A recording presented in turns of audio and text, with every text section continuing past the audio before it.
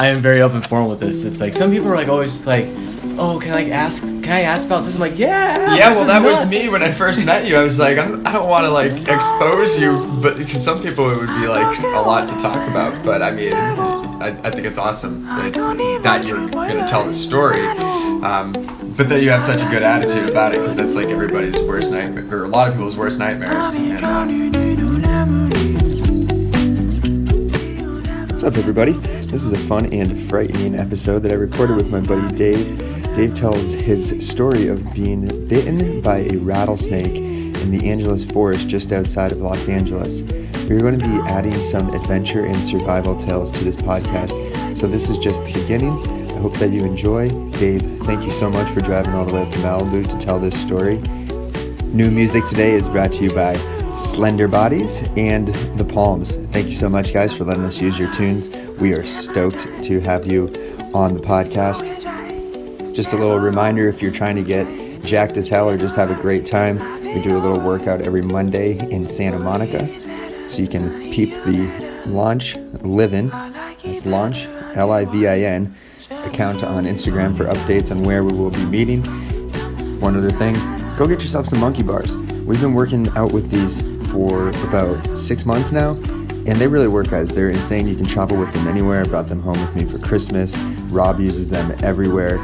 You can look at our Instagram account to see what's going on with them. You can hop over to theirs, which is at monkey, monkii.co. Lastly, we also have some hats left. So if you want to be part of this movement, holler at us on Instagram, however you like to get a hold of us, and we will set you up with one of those. We are using all those proceeds to fund this podcast, fund the Monday night workout, and create new experiences for our community. So we really appreciate you guys representing. All right, with that all being said, let's do this damn thing. See you all at the top. Supposedly people are really afraid of snakes. Supposedly, yeah. I'm doing some research here. That's what it seems like. So right on. So cool. You were hiking. So you're out in the Angeles forest. That's just outside of LA here. Correct. Right. Just off the 5 freeway, near just north of Pasadena, or near Pasadena section of the Angeles forest. It's on a trail called Trail Canyon Falls. The main portion of this trail, there's like just a 2-mile walk, or just. It's not a walk. This is a nice trail to a waterfall. That's where most of all the hikers go. Then everyone turns around. But my girlfriend and I were going on this hike. This is June 17th. Remember it clearly. And we're actually going to do an extended part of that trail because we're training to do Mount Whitney in July. So we were ready to do like 11 miles. We have food in our backpack with a bunch of water. We're like, all right, we're going to do this. Eager to have a big day. Yeah. But prepared. Yeah. So we get to the waterfall area, everything looks great, and then we continue on, and probably about like a mile in, the trail is poorly maintained. No one's on there, no one goes up that trail anymore, it seems like, and the bushes it was after, that big rain season we had in winter, so the bushes were up to our chest. Very overgrown, hard to see anything. Yeah, the trail is barely visible. And I read that there were snake signs, rattlesnake signs, of course. And going through it, and I was like, I stopped. I went to my girlfriend tomorrow. I'm like, tomorrow, we have to turn around. This is way too dangerous. There's snakes out here. Like we can't keep going on. Let's turn around and find our trail. And we'll go down to the bottom because we didn't have cell service to look for another trail. So she agrees, and we turn around, and then about half a mile on the way back. Before I get to I just got the chills. Yeah, before I get to the climax part, I'm sorry to stop right now. No. But, I grew up in Arizona, 16 years, really used to snakes, rattlesnakes, was trained or, had a lot of knowledge. So I was stomping my feet, making sure I was trying to make a lot of noise. And on half a mile in, Tamara and I were just having a normal conversation and heard a hiss and felt something just hit my leg. Oh, I just got the chill. I mean, you can look at my arms. Because usually you hear the rattle and then the hiss is like, okay, this is your last warning. But you got hiss first. Hiss first and, bite. And look down my leg and the saw the snake, mouth, like muscles, all opened up on me. And I jumped up in the air, like literally 10 feet up in the air. I should have been an NBA star for that jump. And like, really just not a cool way of handling when you get bit by a snake. So you saw the snake. Saw the snake. Did you get a gauge on how big it was? So after I jumped 10 feet in the air and I got like 16 feet in distance away from it, I turned around right away. And it was about 4 to 5 foot rattlesnake, and it shook his tail at me then. Good sized snake. Yeah. Really good sized snake. Yeah. So he shook his tail, hiss at me, and then went back into the bushes. I was like, and even right now, you have such a good attitude about it, and I'm picturing you on the trail like, shucks. Well, like, I think I told you like when we first talked about this, my first reaction was, all right, shit just got real. Yep. But it's okay. Let's stay calm. It's it's gonna be okay. Yeah, and they find that I was reading this book, Deep Survival, and that is the formula for survival. Stay calm, assess the situation, and make a wise decision from there. Yeah. So you're a survivor. Great book though, Deep Survival. Anyone looking for survival stories? Yeah, this was great. Yeah. So Tamara. So my girlfriend's from Argentina. She grew up in the States for 15 years, but mostly on the East Coast. She knows of rattlesnakes, but doesn't really know how I know them. And I had to explain to her, I'm like, okay, Tamara, like these snakes are very venomous. We don't have cell service, so I'm going to need you to run down this mountain to call 911. And she was awesome. She's like, without any hesitation, she's like, okay. She just takes off. She was the same way, just calm and effective. Oh, yeah. Okay. She was killing it. And, yep. That's huge. I mean, it really is. You can't freak out. I should say that's rule number 1, right? Right. Like, don't freak out. Don't freak out. Yeah. So she takes off, and when she took off, I'm like, actually in my head, I was like, man, I'm glad I'm not her right now. I have to be like responsible, like calling 911 for me. Here I am with the snake bite. I'm like, man, that would be so hard to be her. Like, have that responsibility. So you're all by yourself now, though. Yeah. Just kind of waiting it out and not knowing what the situation is going to evolve to. Well, yeah. So she starts running off, and I didn't want to stay where I was at. So I took the decision to start walking very calmly and slowly back to the waterfall area where there's other hikers. Mm-hmm. And I'm glad I did that, because when I got there, Tamara already connected with a group while she was running down the mountain, and they were trying to call 911. So I found them. They actually had one bar on their cell phone, and they actually got through. They called 911 and gave 911 the coordinates, and they were awesome. This group was like a group that get together all the time to hike, and they were helping me get my leg in order, making sure I was getting water. They were just talking to, making sure I was staying awake, because within 10 minutes of the bite, I did start getting tingly. I started getting fatigue. Mm-hmm. Sweat was starting to come out. The allergic reaction was setting in at that point. Exactly. And did they say anything about, like, you should have just stayed I just doing all my research before you came over here, and I was reading, like, things to do if you get bit by a rattlesnake, like stay immobile, keep the wound below the heart so that the blood doesn't rush anywhere. Obviously contact 911. Those are just like the basics, of course. But did they say anything about that? Or, I mean, you didn't have to go that far. No, I didn't have to go that far. I know you're not really supposed to walk a lot. Like, the more you walk, the more, blood's moving and just creates so that damage. That makes sense. That's why. Yeah. But again, that's why I made a decision. Like, I don't want to be in this small little canyon where no one can find me. They couldn't get you anyways. Yeah. Right. So I had to take that, executive decision to do it. Mm-hmm. We got my leg. I was sitting down, make sure my leg was below heart level, but level. Mm-hmm.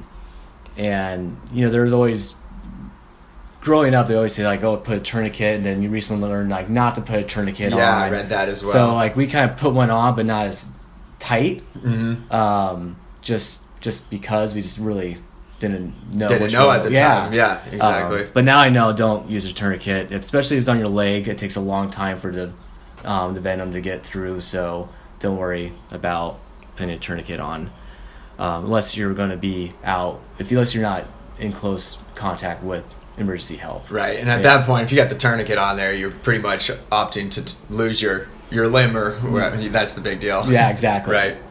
Yeah. So they call 911, and it takes a while for the helicopter to find us. The time the helicopter actually came, we actually heard a helicopter from the distance and actually see it. Was about an hour and a half after my bite. And that was a great relief to hear the helicopter and see it come up. You're gonna live. Yeah. Well, you're at least hoping that your chance of living is a lot higher now. Which actually I learned that most people don't die from rattlesnake bites. No. I mean, it is certainly one of the most feared things on the trail, but generally people don't die from the bite. Right. Yeah. You definitely have a lot of time before it gets to that point, especially if it's in the lower limb area. So the helicopter came, they harness a guy down, he gets me situated, we talk, he confirms it was a rattlesnake, he calls it in that he has a rattlesnake bite, and they harnessed me up and they attached me to the what's it called, what's that?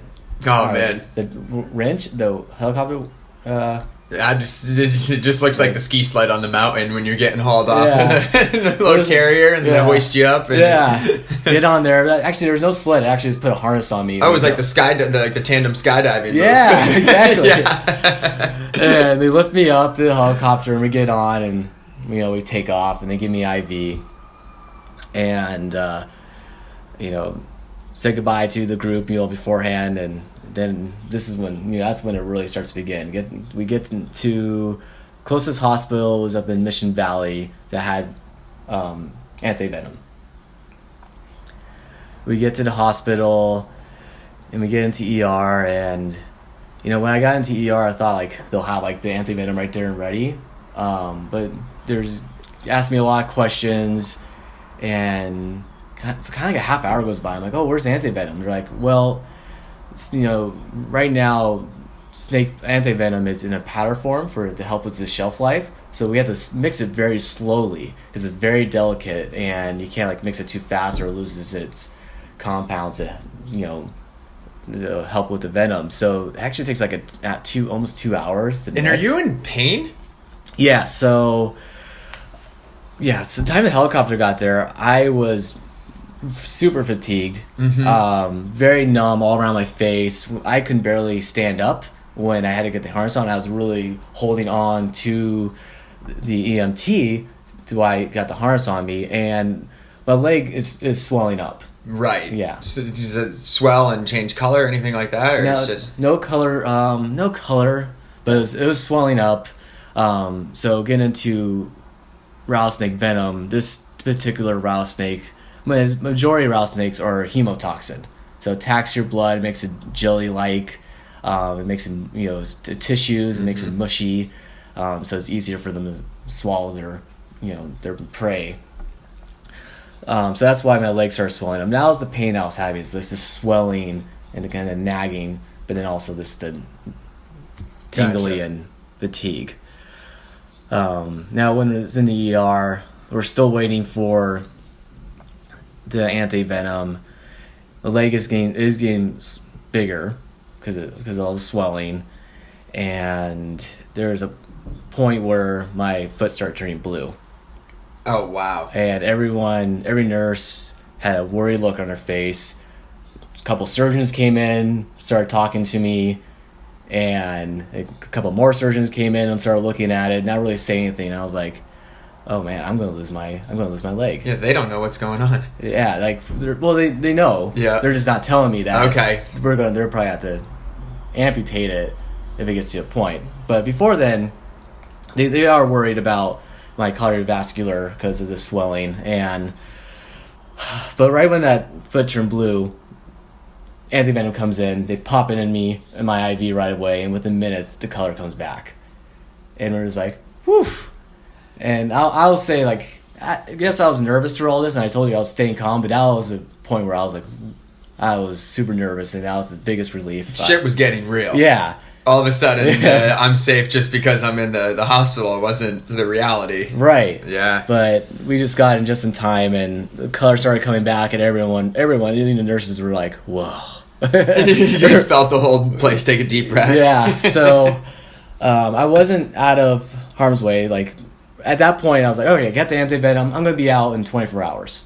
But I wasn't out of harm's way because my leg was still swelling, and with any type of injury or anything where your leg's swelling, so like if you break a leg or your leg's swelling in a certain capacity, you have a high risk of compartment syndrome, where your leg is only designed to grow at a certain mass, and when it gets to that max point, you'll lose circulation, then you'll lose your leg.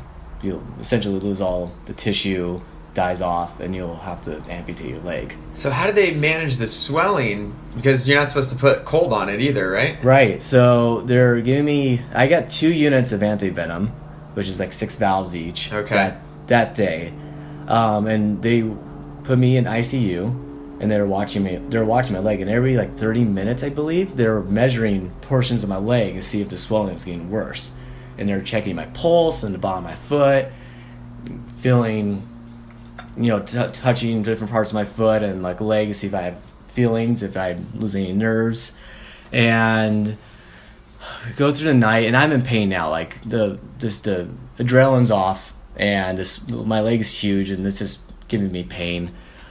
So go through the night of ICU, and the next morning, I'm getting a lot of nurses and doctors coming in because they're not used to seeing snake bites because they don't happen that often. Like I grew up in Arizona, I didn't know a single person got bitten by a rattlesnake. Right, and you know what's funny is I was just doing my research just on rattlesnakes before you came over and where people are getting bit. Like here on Wikipedia, all these snake deaths, they're almost all on the East Coast or like Missouri, Mississippi.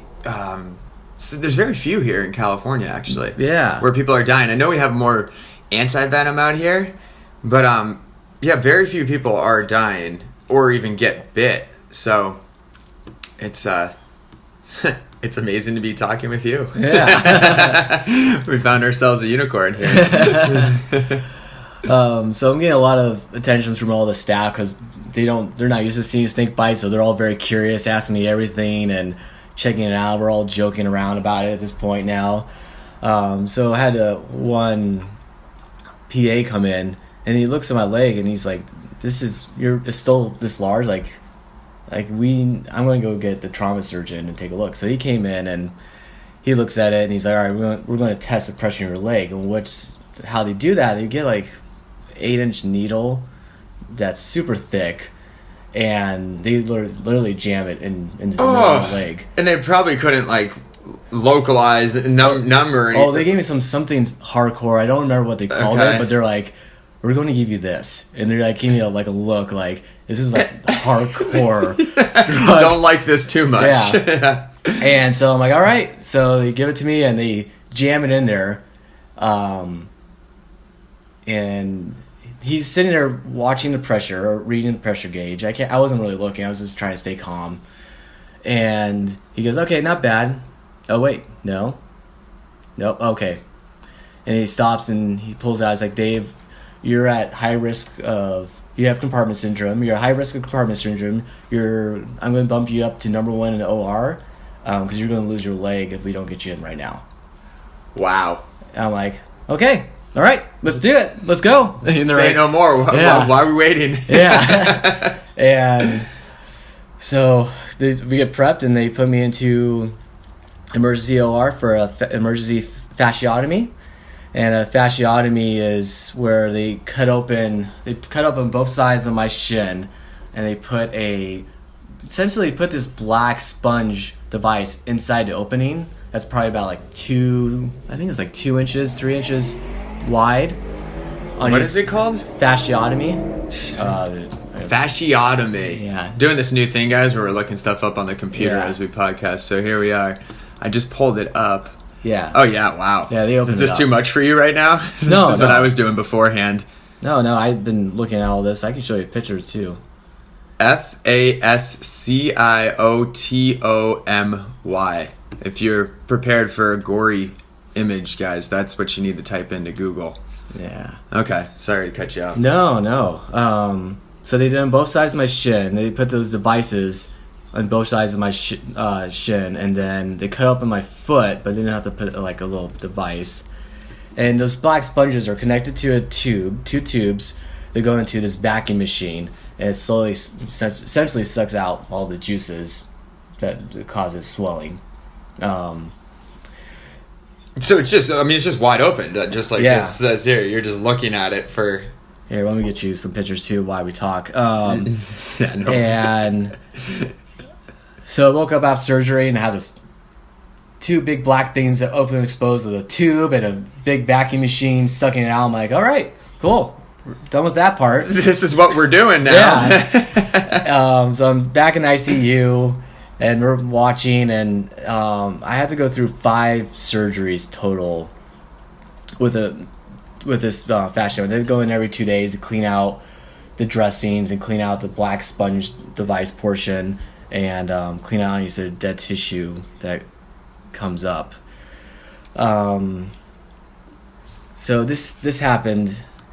This is the day after I started with the fasciotomy series of surgeries every 2 days. I'm in ICU for only about probably for a couple more days, and then I get released and go into normal care facilities in the hospital. But while I was in normal care facilities and going through all my surgeries, I developed a blood disorder. So as the snake venom is a hemotoxin, attacks your bloodstream and the blood, and essentially my system is trying to unclogulate the blood clots that the snake venom created and all the other things that's going on. Mm-hmm. And they've developed a condition called DIC, which stands for dismissed intravascular coagulation. And my blood was too thin, and so any sort of cut or any sort of bleeding, I will bleed out within a matter of minutes and die. And my numbers were really low, and the doctors were super nervous and watching me. And so I get put back into ICU, get more anti-venom, essentially because there's still venom in there causing me to create this condition. And I had to go through 2 plasma and blood transfusions to replace the blood I lost from the surgeries and also create back to balance with my blood. Wow. So I had to go back in ICU for about another 5 days. I was in ICU for about a week and a half. How's your attitude for the whole thing? Great. Yeah. It's the whole thing was just focusing on, I knew I was going to be fine, so I just got to get through this. So do everything that I can to make it happen. Don't One fight step it. at a time. Yeah, don't fight it. Just do it. You're very busy too with all these conditions, all the surgeries and the blood. You're very busy, so you really can't sit there mope. Yeah. You really gotta all right, what's next? Okay, you gotta do a blood test. All right, who's next? It was very active, and also to add, I was sitting in my bed the whole 2 weeks. They wanted me to get up only twice a day. I was Because they didn't want your blood moving around. blood moving around, and also I had big gaping wounds in my leg, but they wanted me to walk on it just so I didn't just stop, and that causes more problems for post release. So I was only allowed to get up twice a day, which was required lots of help. I used a walker for the first time, then gradually to crutches, which is really cool. So the blood gets back to normal, and I go through my final surgeries. There's more details from all this, but we go through my final surgeries, and I get released on July 1st. So you were in the hospital for, you already said it, 2 weeks? 2 weeks, yeah. Mm-hmm. So July 1st, I get released. What's it look like when you release? Were you all sewed up and everything? Sewed up, yeah. They actually closed it up.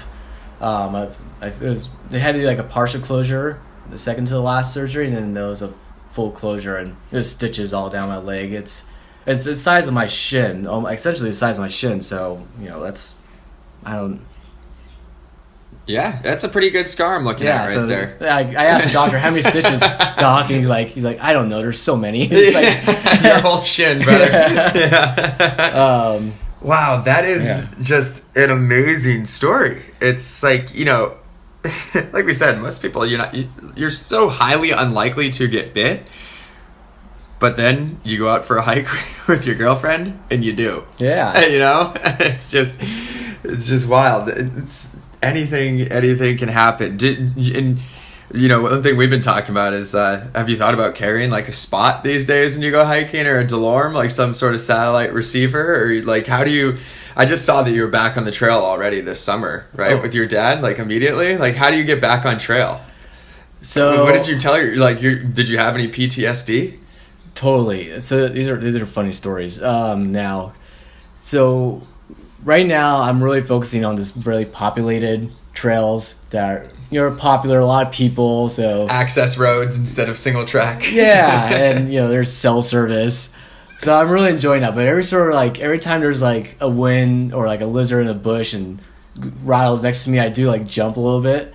And I tried, my girlfriend and I went camping in October, and there's a lot of rattlesnake warnings. It's like, okay, whatever. It's, right. They're everywhere. They're everywhere. They're everywhere. This whole country pretty much has rattlesnakes. Yes. I mean, they really are. They're everywhere. So. And they don't want to attack you. No. It's just my scenario is a complete anomaly. It is. The hiss before the rattle, it's just typically when I describe rattlesnakes to people, I'm like, it's a friendly snake. They let you know that ahead of time. It could be like the black mamba and just strike on your ass. Oh, yeah, there's a lot worse snakes out there. Yeah. But yeah, so we went on this like camping trip, and we went on this trail that was like, again, not that populated, very like narrow, lots of bushes, and I stopped halfway. I'm like, I gotta turn around. I'm not enjoying this right now, but I'm working towards it. So I'm going to get higher boots, which will help. Definitely. I think it would be. I have the higher boots. It's more for confidence. Yeah. And so I went hiking last weekend, again a popular trail, but I'm not gonna let that stop me. Yeah. It's what I really enjoy. I love being out in nature. I love camping. I love hiking and. Yeah, it's really admirable how you just like jumped right back into it. Yeah. Because I went through this near lightning strike like 3 years ago now, like just so intense, and but I came out like I didn't actually get struck. I didn't have to go to the hospital like you and sit through all this, and I was still like fearful to get back out there quickly like you did. I mean, there's real like wilderness PTSD, so it's pretty cool. You kept an amazing attitude to get back out there, Yeah, like I said, they're always out there. Nature has is crazy, has so many incredible animals, and it can offer so much. You just can't be afraid. You just have to be knowledgeable. So exactly. It really taught me like, okay, be very knowledgeable before I do anything, or before I go back on a trail and do a big long 11-mile hike, and make sure I understand what to do if I get bitten by a snake. What happens if I get dehydrated? And that was the biggest learning portion, is like, be knowledgeable. That's all you can do. I love that point, and I've mentioned this before on the podcast, because you always get be careful, be careful from everybody. Like my friends, family, everyone's always texting to be careful, but it's really like just be prepared. Like, careful is like tentative, and you're not going to go do stuff, right? Mm-hmm. Prepared is like, okay, I've armed myself with the knowledge I need to go do stuff in these awesome places. So that's a really good point, I think, is to just be a little bit more knowledgeable. Like a 2-mile hike on an access road, yeah, probably very little risk involved, right? But an 11-mile hike on a single track trail, on a narrow trail, is a little bit different, and you might not have cell service. So things to look into if you're going to be on those bigger hikes are getting yourself some sort of emergency locator. Spot is a good brand. DeLorme makes the InReach, and even other satellite phones, because you don't always have cell service out there. Usually it's only on the high peaks. Right. Even here in Los Angeles, like in the Santa Monica Mountains where I'm running all the time, we rarely have enough signal to get anything out because you're in the cracks of these hills. So anyway, It's true. I finally bought myself one this past summer. I got stung by a wasp right here, 20 minutes from where we're sitting, on a run. Or actually, no, I was doing trail work with the park services, and I got stung. And literally within 5-10 minutes, I had that pulse of adrenaline come up the back of my neck, started losing my bowels, and I was going anaphylactic. Whoa. Yeah, and I had never carried anything with me before to get me out in that sort of situation. And it changed my perspective and everything on adventure, obviously, like a snake bite did for you, in that, like, you know, it's probably not going to happen to you, but do what you can to, you know, keep yourself safe if it does. Yeah. Because you can really get into some shit out there. It's a playground until you get bit, right? Right. Well, that's a really cool story. I was really excited when we met to share that, because I've never talked to anybody that's been bit by a snake, and thousands of miles later, of course, you're going to meet someone that has, and lo and behold, it wasn't out in the backcountry somewhere. It was in LA at a Monday night workout in Santa Monica. so stoked to have met you and for you to tell your story. Yeah, thank you for bringing me on. For sure. Am I missing anything big here? Like, if there's anything else you want to chat about, we can keep going if you can think of anything quickly. But otherwise, I was just gonna ask, as we always do, like, is there any way we can help you? I know that I saw something on your Instagram that you were trying to raise money for medical fees. Has that been something that's taken care of, or are you still like? So what's going on? Can we help you in any way? Can we put the word out there? So first off, always be insured, because you do not want to have something like this happen, or because you know, as we all know, the U.S. medical care there's no improvements needed. Yeah. As you probably saw on that little post, that all these medical bills just for the hospital alone was over $1 million. Luckily, I'm insured. I'm very lucky to have, you know, as employed with great insurance, but it still comes with additional deposits. So, right, you know, still working on, still battling that. After six months after, you're still working all the business side and finalizing all the bills. So I appreciate that. You know, I'll let you know. But right now, I was very lucky to have a great group of friends and family to come in and help out, and you know, there's still things that are not completed yet, but very close. Well, when you figure it out, and if you need some help and there's anything we can do by resharing obviously a post, or if you end up doing like a GoFundMe or anything like that, you know, we want to help. Yeah, thank you. I really appreciate it. Yeah, for sure, because I mean, one adventure to the other, like you said. Yeah, so yeah, be insured, people. All right, well, I really appreciate you telling that story. It's not an easy one to do, and we'll have that up on the page here soon. And yeah, to more adventure. No, more adventure, yes. All right. Always continues. Right on. Awesome. Thanks for listening, everybody. We'll see y'all at the top.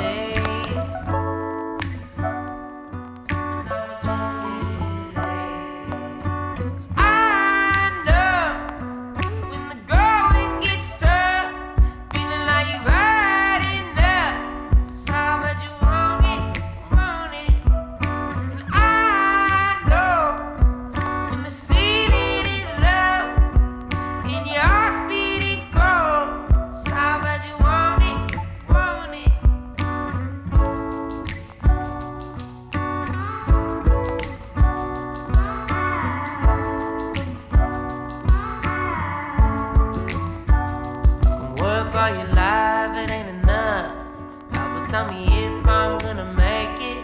95% is showing up. The other 5% how you fake it. So I fooled around and fell in love. Started writing songs to explain it. Watching all my friends doing drugs, and the music's what saved me. 'Cause I know when the going gets tough, feeling like you've had enough. So how bad you want it, want it. And I know when the ceiling is low and your heart's beating cold. So how bad you want it, want it.